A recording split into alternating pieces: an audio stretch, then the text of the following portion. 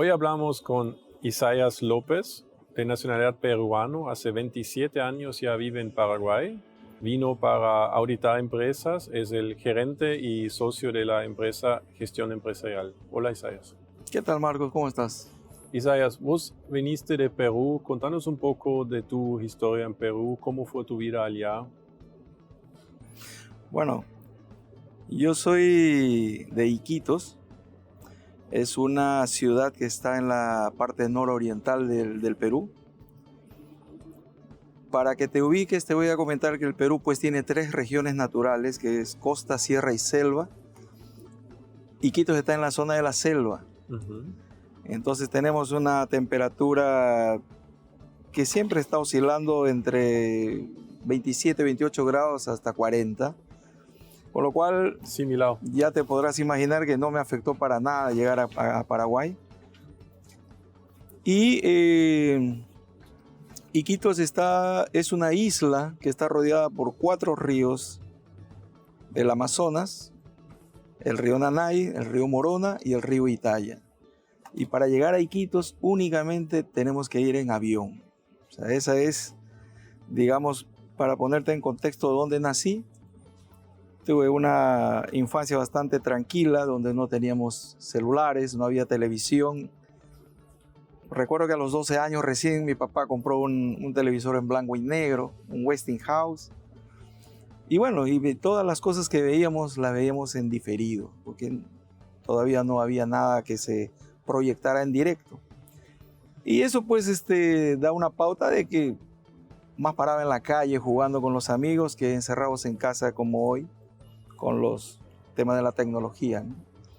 Eso más o menos para ponerte en contexto de cómo es el lugar donde nací. Y a los 17 años me tuve que salir a Lima para buscar un futuro, formar una profesión, porque en Iquitos no hay lugares donde desarrollarse profesionalmente, ¿no? Solamente había una universidad que era la Universidad Nacional de la Amazonía Peruana, que se contagiaba mucho con la política, y eso hacía que una profesión, una carrera de 4 o 5 años se vaya a veces a 12, 15, y eso pues no lo veíamos bien con mis padres, y decidimos que a los 17 años tenía que ir solo a la capital, a Lima, a hacerme de un futuro, ¿no? ¿Estudiaste en Lima? Estudié en Lima, soy egresado de la Universidad de Inca Garcilaso de la Vega. Y bueno, es ahí donde me hice profesionalmente, y a la par que estudiaba, pues trabajaba también en una sociedad de auditoría.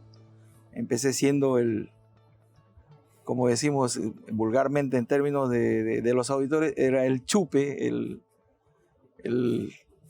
el básico, y bueno, uno pues tiene que ir ascendiendo, porque ese es digamos, la regla de juego en el mundo de la auditoría, ¿no? Que hay que entrar desde abajo y en la medida de lo posible pues llegar a obtener la meta máxima, que es llegar a la sociedad, ¿no? ¿Y cuántos años trabajaste como auditor en Lima? En Lima yo trabajé alrededor de 12 a 14 años. Bastante. Bastante.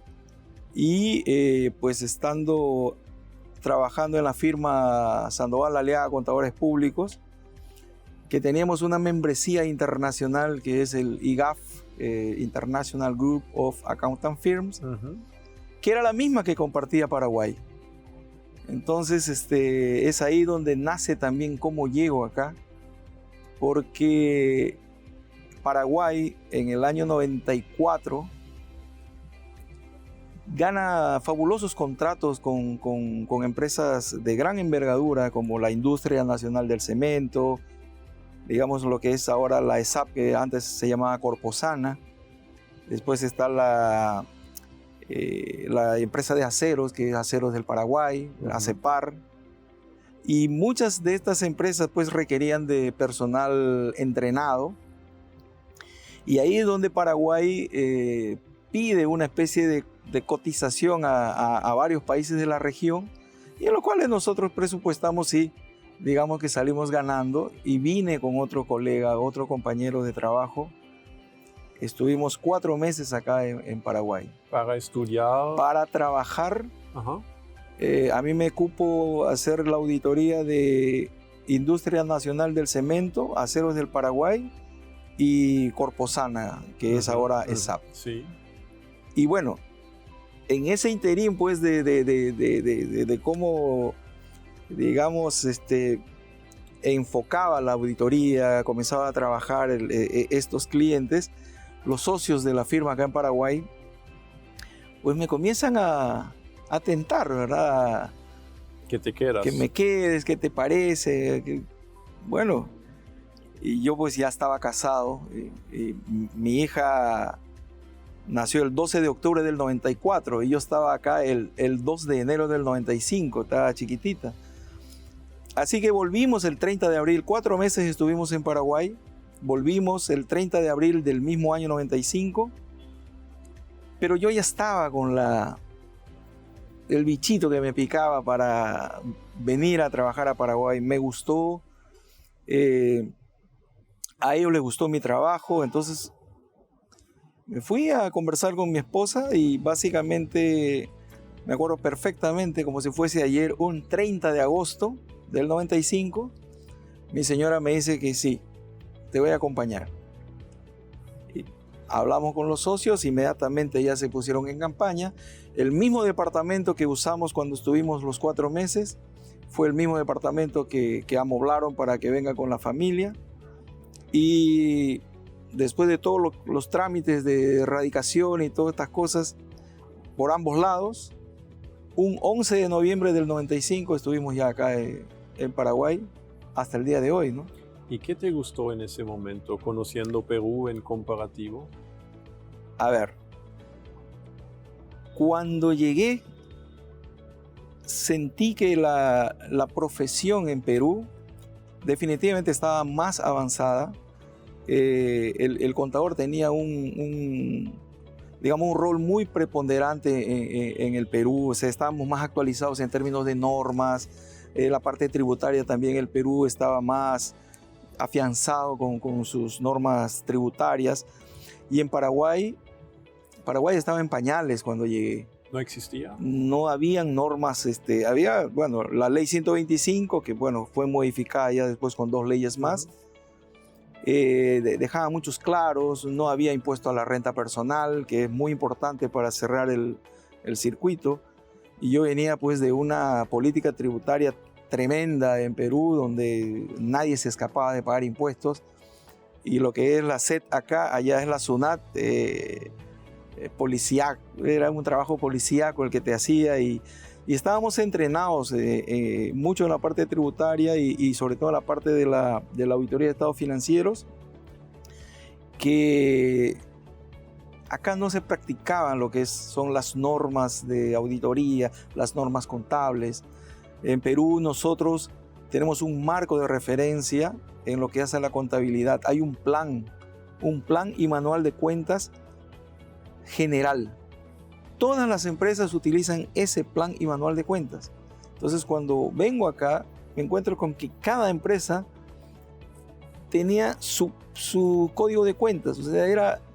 Cada cosa diferente. Cada empresa era un mundo. O sea, tendrías que sí o sí sumergirte para conocer un poquito lo que es su sistema de registro. Pero las empresas en esa época, fuera de los grandes del Estado o las empresas privadas, ya hicieron contabilidad. Hacían contabilidad, pero una contabilidad que al comienzo me chocó mucho, ¿no? Porque cuando me iba como auditor de la sociedad Gestión Empresarial y me decían, bueno, ¿qué contabilidad vienes a auditar, no? La blanca, la negra, ese tipo de cosas. Hace 25 o 26 años atrás era tan común hablar de doble contabilidad que hasta más o menos hacían competencia de quién era mejor escondiendo las cosas, ¿no? Era vox populi, o sea, no había mucha... nadie se avergonzaba de eso, ¿verdad? O sea, y eso pues a mí particularmente me chocó mucho porque venía pues de una economía más estable, donde ya la profesión estaba bien afianzada. La parte tributaria, no le voy a decir que vienes a auditarme la negra, la blanca, ¿no? O sea, me van a caer con policía y todo. Pues, sin embargo, son cuestiones que a mí me han ido costando un poquito acostumbrarme y hoy puedo dar fe de que, bueno, se ha recorrido mucho en esa formalización. Debo reconocer que hoy en día de eso que te comento, hace 25, 26 años a hoy, pues hay una formalidad. Se redució muchísimo. Mucho, se cambió mucho. ¿Cuándo empezó ese cambio? Yo creo que ese cambio fue sistemático cuando el Banco Central del Paraguay comienza a exigir a las empresas. Todos los bancos que daban créditos a las sociedades, a las empresas, a las industrias, obviamente todos los bancos tienen que hacer una clasificación de su cartera de créditos, ¿no?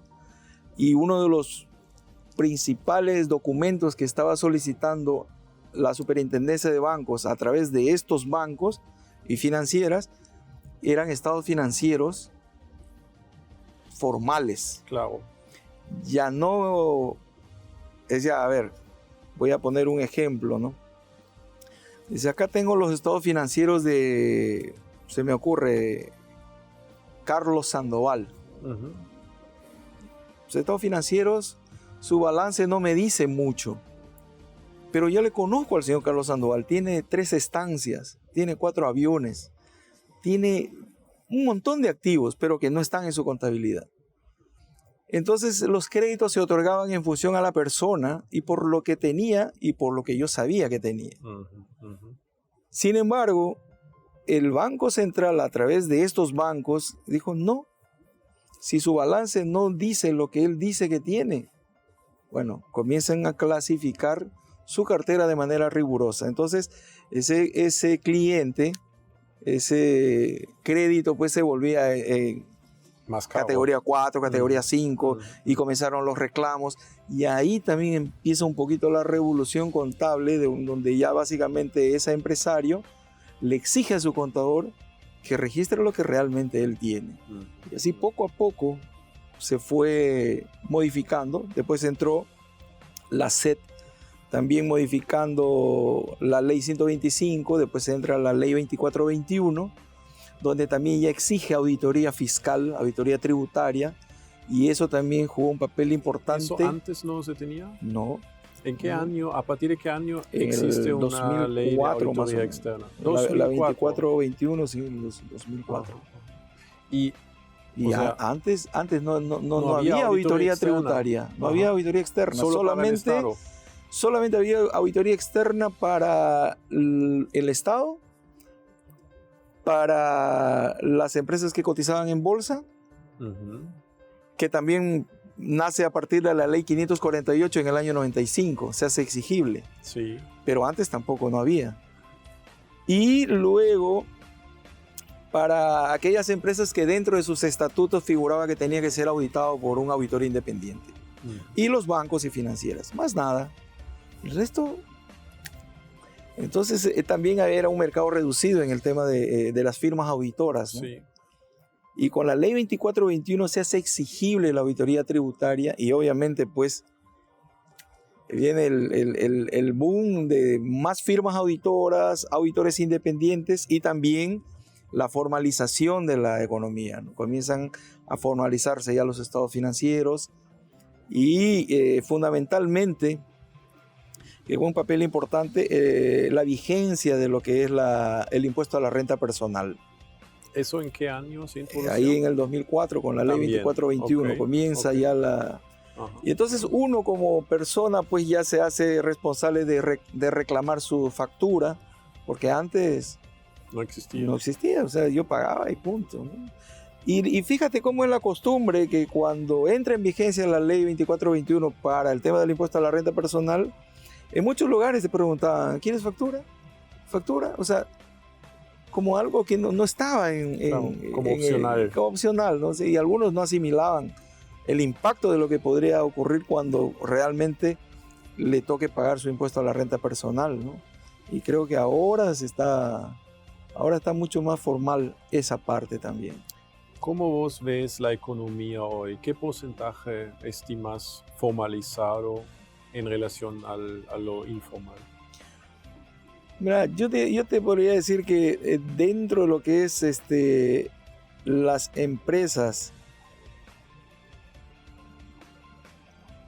me atrevería a decir que estamos en el orden del 85-90% de las empresas formalizadas, Bueno. por una sencilla razón.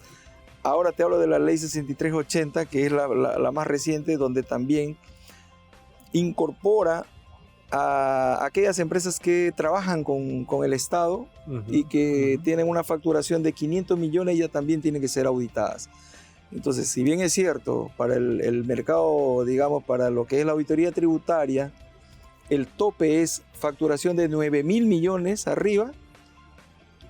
Al incorporar a las empresas que trabajan con el Estado, que son muchas, Sí. de 500 millones, pues también se abre una brecha para el auditor, ¿no?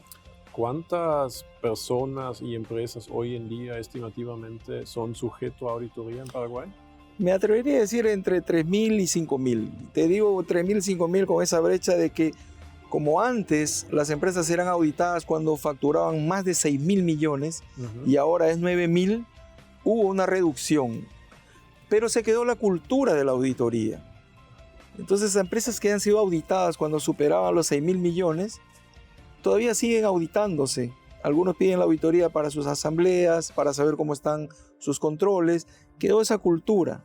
Y otros simplemente dicen, bueno, ese es un ahorro para mí y no lo hago, ¿no? Pero es la minoría. Ha quedado instalado un poquito de lo que es la conciencia del control. ¿Puedes darnos un poco un panorama general? O sea, ¿la contabilidad en Paraguay funciona de las mismas reglas como por ejemplo en Perú, en otros países, o existen cosas particulares que son muy diferentes aquí? No, Paraguay tiene una particularidad. Como te decía, Perú tenemos un marco de referencia general para todas las empresas, que es el Plan y Manual Contable General revisados. Ese es para todos, o sea, ya sea una comercial, industrial, servicio, banco, usan el mismo plan y manual de cuentas. Acá no, acá cada uno es independiente. Sigue así. Pero tenemos un plan y manual de cuentas que usan los bancos y financieras. Tenemos un sistema de contabilidad que de repente se aplica para las empresas que cotizan en la bolsa, para empresas que están en el mercado de valores. Tenemos un sistema de contabilidad diferente para las cooperativas, ¿verdad? Que cada ente regulador pauta. Y luego la SED actualmente ha incorporado a su reglamentación que el auditor y que las empresas utilicen las normas de información financiera que es, digamos, emitido por el Consejo de Contadores. ¿Qué hizo el Consejo de Contadores? Tomó las normas internacionales de información financiera mundial y ha, digamos, adecuado a Paraguay, y lo único que hizo fue, digamos, como decimos nosotros los contadores acá, lo ha paraguayizado. No están las NIF full, simplemente algunas, los ha paraguayizado, y eso hace de que, digamos, las empresas vayan ya teniendo un marco de referencia hoy en día y ya no están libremente haciendo la contabilidad a su libre albedrío, ¿no? O sea, eso básicamente es lo que ocurre hoy. Y como auditor externo, ¿qué responsabilidad realmente cae sobre el auditor? Mira, primero que tenemos una responsabilidad profesional, porque nuestro trabajo pues se basa en el código de ética del IFAC, que es la organización que emite las normas internacionales de auditoría. Y también, desde el punto de vista de la auditoría para un banco, una financiera, para una empresa que cotiza en bolsa, para una empresa que voy a dictaminar para su informe impositivo, es penal. Si el fisco o el banco o una empresa que cotiza en bolsa determina de que mi trabajo fue deficiente, que no he seguido los lineamientos que están en las normas, pues soy pasible Son corresponsables sí, claro, de ese tipo de totalmente. cosas. Hay, voy a poner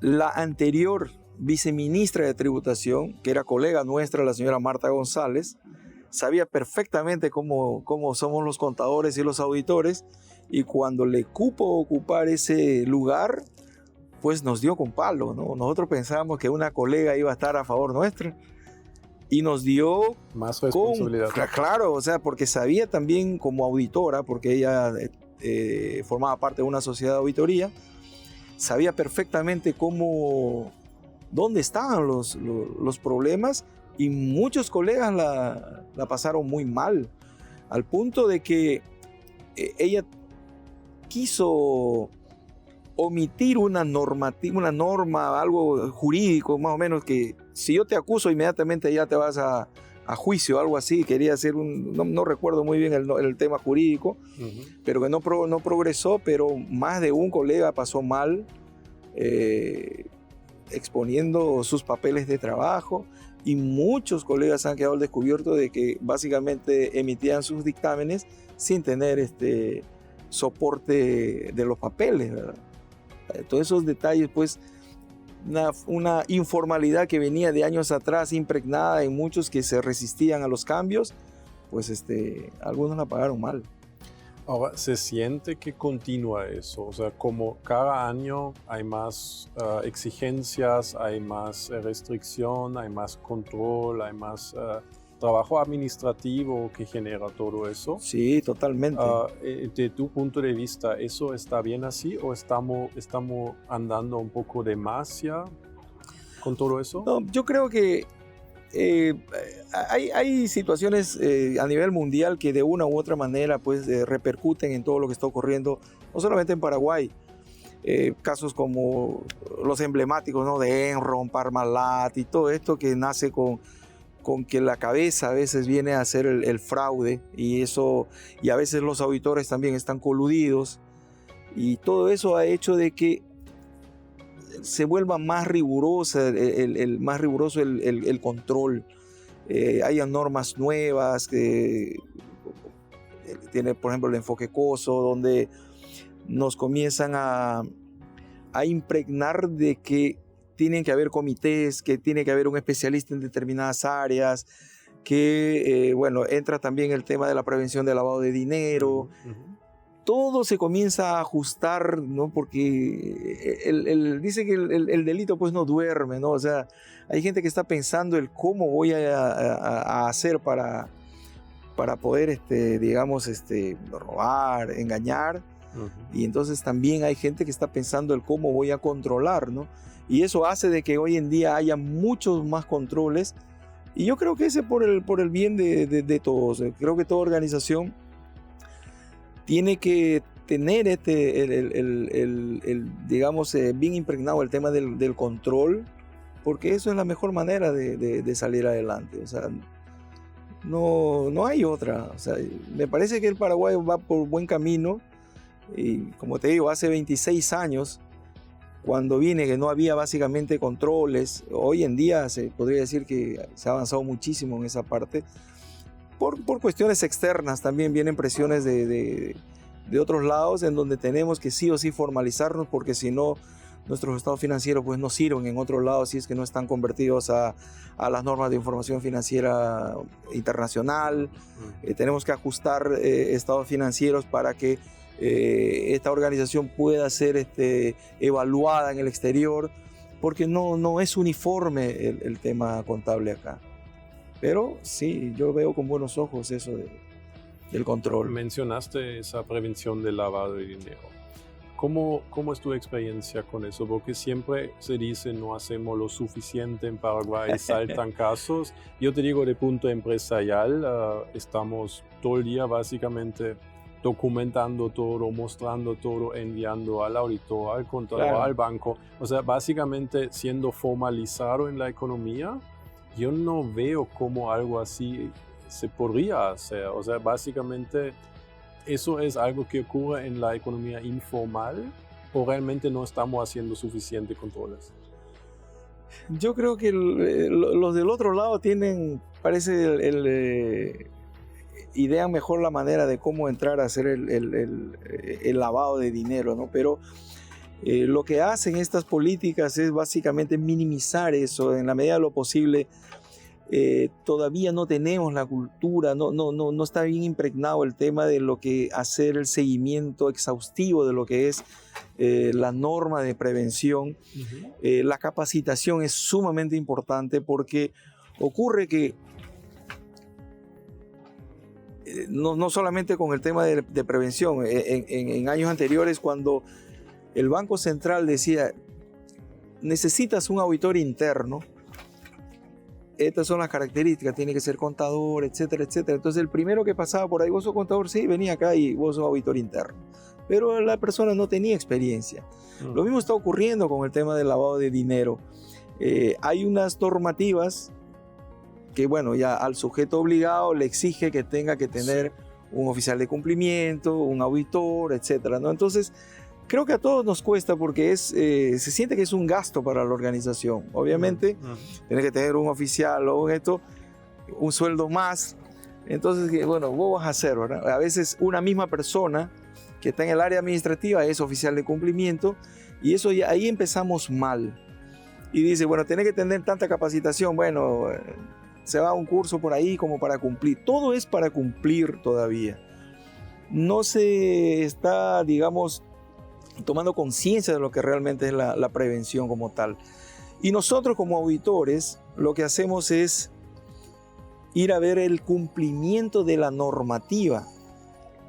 Nosotros no nos vamos a ver si efectivamente esa empresa tiene bien, digamos, sus lineamientos bien establecidos. Entonces, comenzamos a hacer un seguimiento, un punteo de lo que le exige la norma, pero evidentemente, extraoficialmente se comenta a la dirección de que tiene que tomar conciencia en esa parte, porque el que tiene que estar afilado, preparado y conociendo todos los tejes y manejes, todas las artimañas de lo que es el lavado de dinero, tiene que ser el oficial de cumplimiento y el auditor interno. Eso todavía no se está, digamos, digiriendo de una manera tal. Además, todas estos requerimientos que hoy exige la norma vienen también dadas por ¿cómo se llama? Estos organismos el Gafilab, ¿no? Sí. Que te exigen que tengas esto y todo lo hacemos a la prepo, ¿no? Lo hacemos todo sobre la carrera para cumplir, pero sin tomar conciencia todavía de lo importante que es este tema de lo que es la prevención del lavado de dinero. Ahora, como persona que requiere auditoría externa, tengo que cambiar cada rato mi auditor, ¿no? ¿Existe una ley al respecto? Existen normas, como te decía, para un banco y una financiera y una cooperativa, cada 3 años vas a rotar.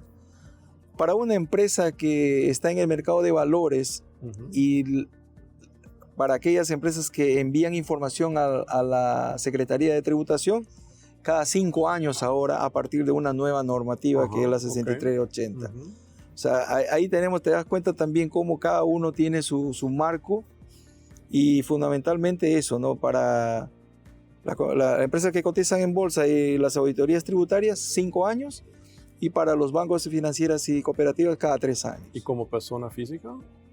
Como persona física, claro, te adecuas a las exigencias, en este caso si es un tema tributario, cada 5 años. ¿Y ese límite de 9.000 millones de facturación, te parece, está bien o debería ser más bajo?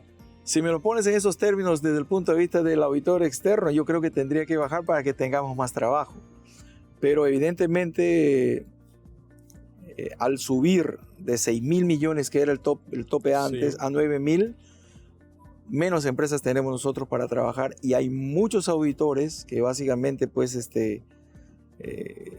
nos vemos en figurilla y muchas veces nos estamos sacando los ojos con el tema de los honorarios, ¿no? O sea, eso es complicado en esta parte para nosotros, pero creo que para el empresariado en general, si por ellos fuese, que se elimine el tema de facturación, ¿no? Y como idea para alguien que viene de afuera, ¿qué costo más o menos anual tiene una auditoría externa en Paraguay?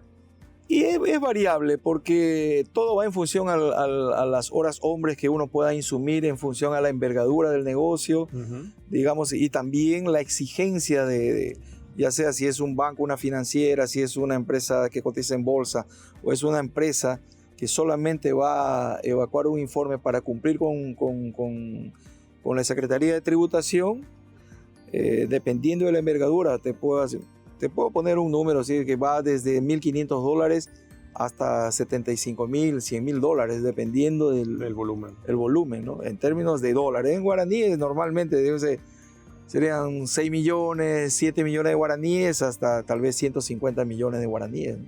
Después, una cosa que nos pasa mucho es personas preguntando de afuera por el tema de la renta personal. ¿Cómo realmente funciona eso para alguien que viene afuera, a Paraguay? Si tiene cédula y depende de su facturación dentro del país, ¿o cómo es el mecanismo de aplicar eso? Claro, fíjate que en el Paraguay, pues para una empresa que de repente tiene incorporado también algunos accionistas extranjeros, el impuesto a la renta empresarial está en el orden del 10%. ¿Verdad? Ahora, si esa empresa decide distribuir utilidades y para los accionistas residentes va a pagar el 8%. Sí. Y para el accionista que no radica en el Paraguay es 15%. ¿Verdad? Ahora, la renta personal, bueno, tenemos ahora tres porcentajes, ¿no? Que va una renta neta, mis ingresos menos mis gastos, voy a tener una renta neta que no supera 50 millones, voy a pagar el 8%. Aquel que supera 50 millones hasta 150 es 9%. Y mi renta neta que supera 150 millones, pues pago el 10%, ¿no? O sea, eso evidentemente para los radicados acá, y para el que no, 15%. Hay un impuesto a los no residentes, se llama, y que está en el orden del 15%. Según tu percepción, ¿falta más control de fiscalizaciones y de control de personas si están inscribiéndose, si están cumpliendo? La SED, bueno, evidentemente aquellas organizaciones que cumplen con toda la normativa de documentar, la SED automáticamente de toda la información que tiene ya comunica de hecho que ya tiene que entrar dentro de lo que es el rango. Le avisa. Okay. Le avisa, o sea, inmediatamente dice, bueno, señor Marcus, usted a partir del mes de diciembre ha superado el rango de 15.000 millones, por lo tanto usted ahora está inscrito en renta personal y por lo tanto usted ya cambia ya no eres invisible, ya estás visible y bueno, ya te tienes que preocupar pues por documentar mejor tu contabilidad personal. Y mencionaste, la empresa paga 8% de la distribución o 15% para no residentes. Sí, es el impuesto a la distribución de utilidades. Sí. ¿Cuándo yo soy residente y cuándo no soy residente? ¿Cuál es el criterio? Bueno, cuando pues tienes una cédula paraguaya. Con cédula paraguaya, con cédula paraguaya soy residente. Y ya sos residente. Ok. Ya estás en el mapa, ya te rastrean. Uh-huh. Y para persona física, básicamente el tope es el 10% también. Así mismo. Ok. ¿Y son bajos los impuestos? Totalmente. Suena bien, claro. pero existen otros impuestos, por ejemplo, no sé. O sea. Claro, empresarialmente hablando, tenemos el impuesto a la renta empresarial, sí, como te dije, a 10%. Uh-huh. De eso se desprende la distribución de utilidades, que es 8-15%. Y después está la renta para no residentes, que está en el 15%. Después viene el impuesto al valor agregado, que es 10%, que es una bicoca. Y el impuesto selectivo al consumo, pues que es variable, ¿no? O sea, depende si te gusta el whisky, el cigarrillo, bueno, pagarás impuestos, ¿no? O sea, uno de los impuestos indirectos que a mí siempre me llamó la atención es el patente comercial. ¿Eso existe también en Perú, en otros países? Porque yo no lo conozco de esa forma de Europa como una tasa sobre los activos. No, nosotros tampoco. Tampoco existe. Porque eso es un impuesto básicamente de cual no se habla tanto. Sí, pero te saca de contexto. Pero Sí. cuenta, o sea, uno se Exactamente. siente en el bolsillo. ¿Cómo ves eso? ¿Cómo es tu posición al respecto? Y bueno, lo que nosotros hacemos es simplemente cumplirlo. Existe y lo cumplo, ¿no? Pero yo creo que en algún momento va a tener que modificarse. Pero bueno, es una manera de recaudar también para la municipalidad, ¿no? O sea, eso es y ya te recaudan, pero hacen poco, ¿no? Bueno, pero esa es una realidad. ¿Pero eso no, es algo que varía de municipio a municipio o es algo a nivel país establecido? No, a nivel país. Para nivel todos, país, para todos. Así mismo. Pero eso es solamente para empresas, no para personas físicas, ¿verdad? Para empresas. Y según tu percepción, ¿qué falta acá, de aquí en adelante, en los próximos 10 años, para formalizar más, mejorar todo el esquema?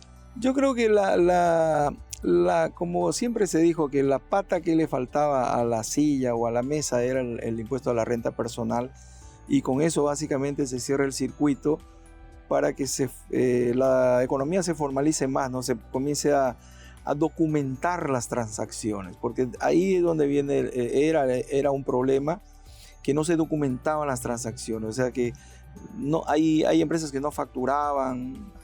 Aún hay algunas que todavía se resisten a entregar la factura, siempre te están preguntando si te dan o no te dan, pero yo creo que lo que se nos viene es bastante interesante. Vamos a tener una economía mucho más formal, y con este nivel de impuestos creo que las inversiones van a seguir viniendo, y eso es positivo para todos nosotros, que como auditores pues precisamos que vengan más empresas a invertir, más gente a invertir, y que bueno, lo único que tiene que hacer es todo lo que está escrito en las normativas, cumplir al pie de la letra, porque el impuesto es bajísimo.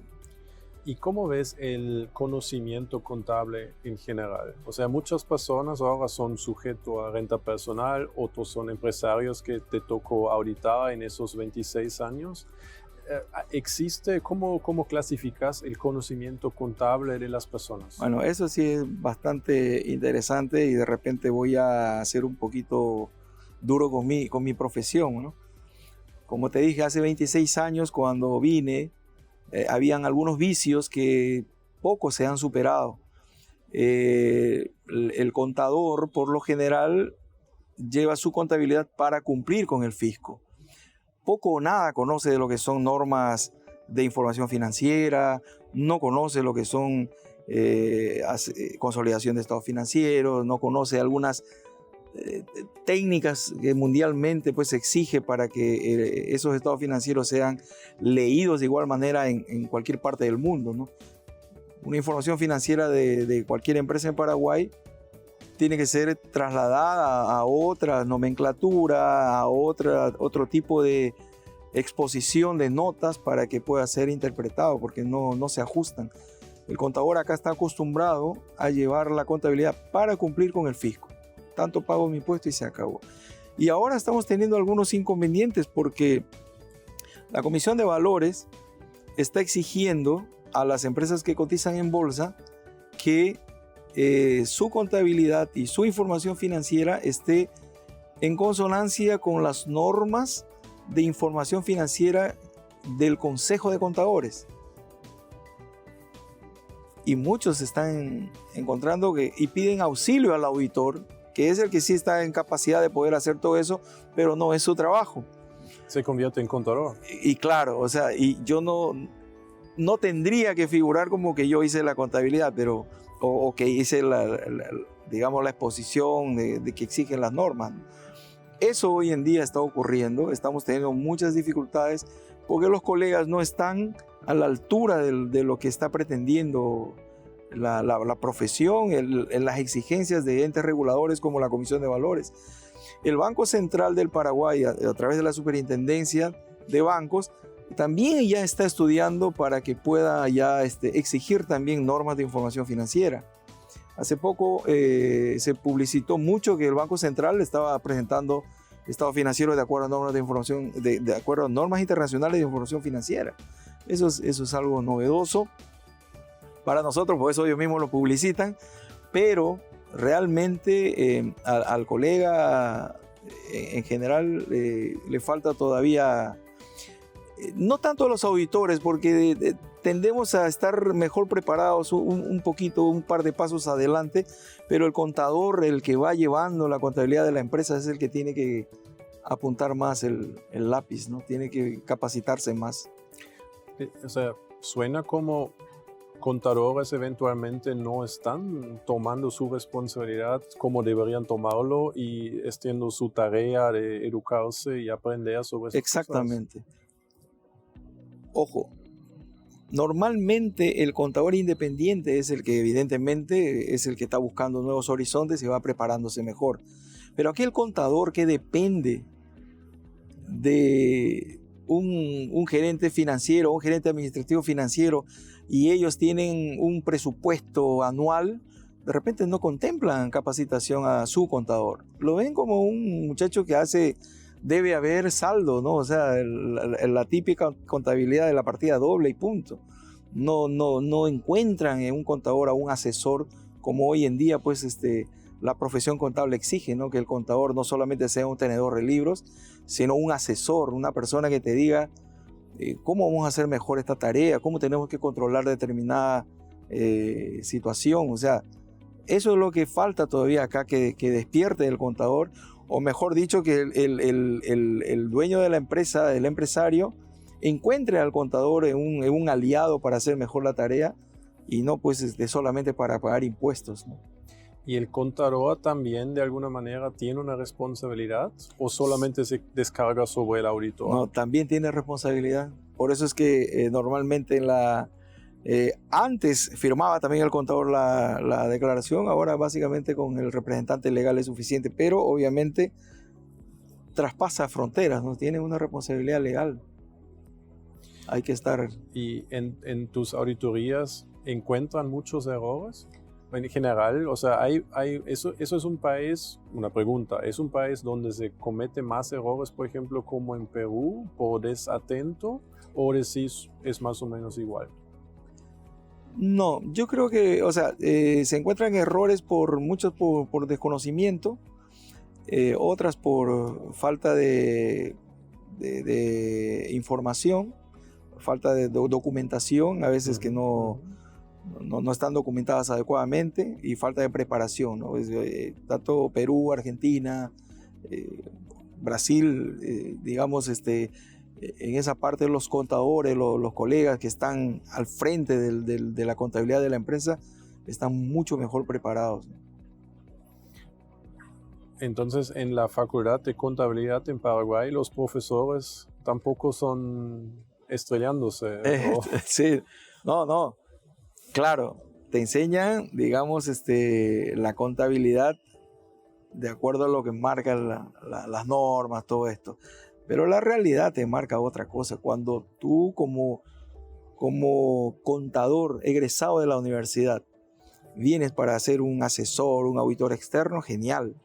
Pero si sales de la universidad para, digamos, someterte a lo que el empresario dice, yo quiero pagar... no quiero pagar impuestos o quiero pagar tanto, pues ahí es donde esta persona comienza a hacer cosas pues por cuidar su trabajo, ¿no? Y es ahí donde nosotros intervenimos y bueno, esto está mal expuesto, hay que modificarlo.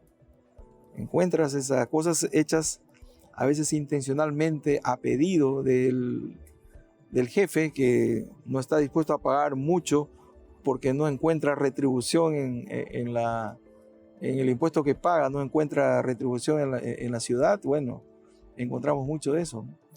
Y como último, ¿cómo ves en las instituciones estatales que mencionaste cuando viniste en relación a hoy? ¿Mejoró también su contabilidad o cómo ves el estado financiero de una ESAP o uno de esos, cómo fue antes comparando con hoy? ¿Igual? Básicamente igual. Me cupo, por ejemplo, estar en la auditoría de la empresa de Antelco, que es telefonía, hoy se llama Copaco. Lejos de avanzar, retrocedieron. La tecnología le ha ganado de punta a punta. te puedo dar como ejemplo que yo tenía una línea baja de los teléfonos estos. Hoy en día tuvimos que cortar porque el servicio es pésimo. Y así como todos los días hay usuarios que van cortando su línea telefónica de Ecopaco porque no encuentran un buen servicio. Pero su estado contable sigue siendo la misma, digamos, tiene la misma estructura, el mismo plan y manual de cuentas, no ha modificado nada. Pero los auditores externos no empujan en una cierta dirección, ¿me lo ignoran o cómo? Sí, claro, no. Finalmente dice, bueno, los estados financieros presentan razonablemente, de acuerdo a la contabilidad que ellos están ejecutando. Pero si nos vamos a decir, bueno, esta contabilidad tendría que estar de acuerdo a normas de información financiera, obviamente no se ajusta. Pero se ajusta a lo que ellos están haciendo. O sea, eso es un tema bastante, como te digo,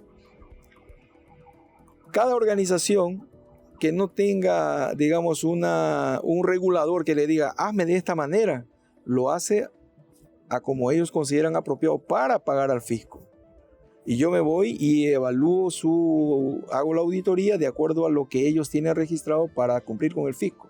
Pero si me voy a evaluar de acuerdo a un marco de referencia de la Comisión de Valores o del Banco Central, evidentemente eso no aplica para el Estado. Claro, no aplica. No tienen que contabilizar según un GAP o algo así de algún estándar internacional. Ellos tienen su plan y manual de cuentas, que data de la época de Ñangué, como decimos. ¿Y no existe un ente regulador? Existen entes reguladores para cada uno, ¿no? O sea, Conatel para Copaco, pero también están en las mismas. Eso es lo que ocurre. El Paraguay es un país hay mucho por hacer, muchísimo. Decinos, o sea, como peruano que ve un poco de afuera después de 26 años, si ahora venís hoy, ¿qué hay que hacer en Paraguay? ¿Qué falta? ¿Dónde ves el potencial? Hay mucho o sea, te voy a hablar desde mi óptica de contador, ¿no?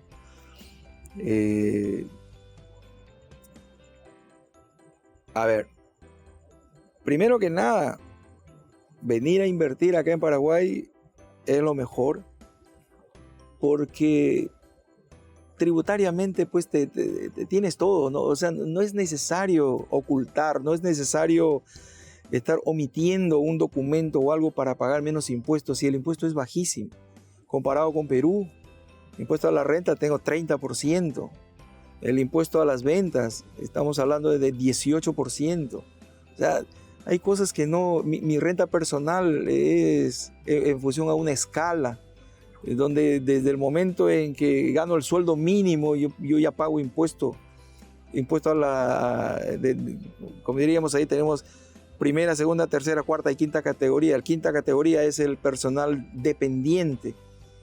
Acá el personal dependiente lo único que paga es el IPS, porque bueno, por una cuestión de salud y jubilación, pero allá pago impuesto a la renta. Hay cosas que a mí me cuestan digerir, pero en general yo digo, invertir acá, genial. Ahora, desde el punto de vista de la contabilidad también hay mucho para hacer, mucho para dar. Primero que nada, tenemos 2 colegios de contadores. Uno es el Consejo de Contadores, el otro es el Colegio de Contadores, y nos estamos peleando entre nosotros. ¿Quién es mejor que el otro? O que uno maneja políticamente, el otro maneja técnicamente. Y no avanzamos.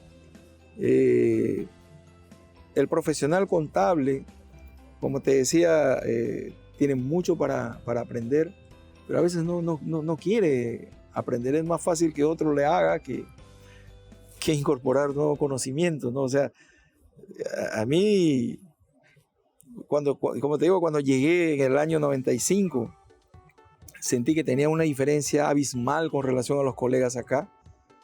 No solamente por la actitud con la que uno enfrentaba el día a día, ¿verdad? Sino en general por las ganas de aprender. O sea, obviamente tengo 58 años ahora, ¿no? Cuando llegué tenía 32, 30, 33, y venía con unos bríos terribles. Yo enseñaba en la facultad de lunes a sábado.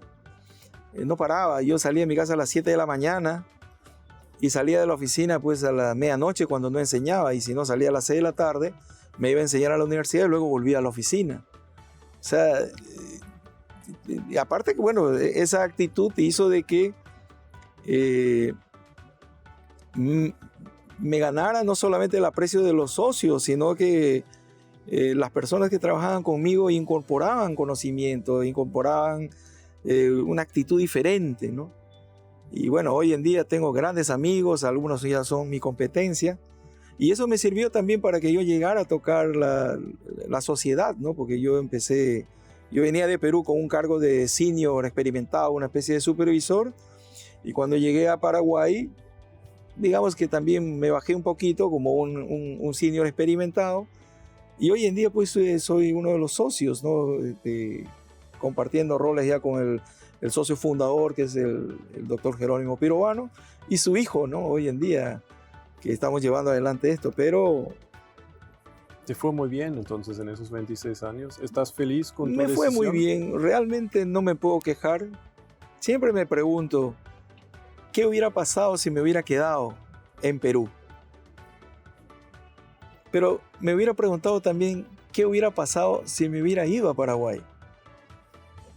Entonces, creo que uno va haciendo camino al andar y depende de la actitud con la que uno venga, ¿no? O sea, si una persona viene para hacer las cosas bien, la tarea como corresponde.